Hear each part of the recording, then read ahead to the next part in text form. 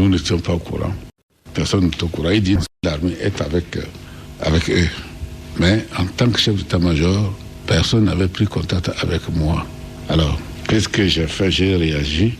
Nous avons pris, n'est-ce pas, nous avons occupé les points stratégiques, y compris la radio. On a pris la bande et on l'a amenée.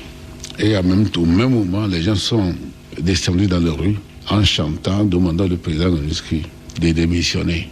Alors, quand j'ai pris toutes les dispositions en tant que chef d'état-major, j'ai mis, n'est-ce pas, l'armée en alerte et je suis allé avec 2 personnes pour voir le président Monuschi, qui sa maison était encerclée par les manifestants, en lui demandant de démissionner. Et je dis, bon, il n'a qu'à faire une déclaration, parce que nous, l'armée est pour la légalité. Il n'a qu'à faire une déclaration pour dire qu'il avait la situation en main. C'est ce qu'il a fait. Et pendant ce temps, il y avait les émeutes. Les gens s'entretuaient au marché. C'était, n'est-ce pas, une division nord-sud, l'est, l'ouest, etc. Donc il a fait la déclaration. Et après, nous avons reçu l'ordre de lui de faire disperser. Parce que là, l'armée n'était pas intervenue. L'armée était consignée, n'est-ce pas, dans ses casernes. Et donc, lorsque nous avons reçu l'ordre de faire disperser les gens, c'est ce que nous avons fait. Nous avons exécuté l'ordre, on a dispersé les gens, tout est rentré dans l'ordre, et lui l'a imposé le couvre-feu. Comme il y a un vide politique, il fallait qu'il forme, n'est-ce pas, un nouveau cabinet. Alors, il m'a demandé de rentrer dans le gouvernement pour prendre le portefeuille ministériel. Comme dans ma vie, je n'ai pas choisi de faire de la politique. J'ai choisi le métier des armes. Donc j'ai refusé. Et il a insisté, il a même fait intervenir les gens.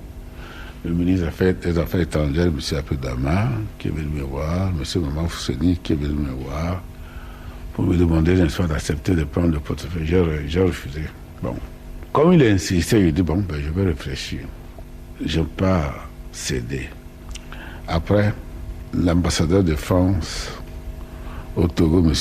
Claude Rostin, a demandé l'audience pour me voir. Je l'ai reçu. Il me dit que c'est De Gaulle qui l'a envoyé auprès de moi, de me dire que dans l'intérêt supérieur de la nation, il faut que j'accepte de rentrer dans le gouvernement pour prendre le portefeuille du ministère de l'Intérieur.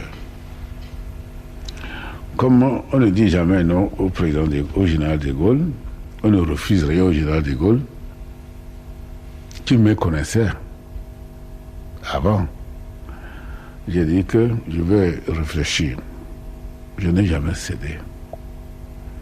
Je n'ai jamais accepté de rentrer dans le gouvernement parce que le pouvoir, la politique, j'avais dit que je ne ferai jamais de la politique.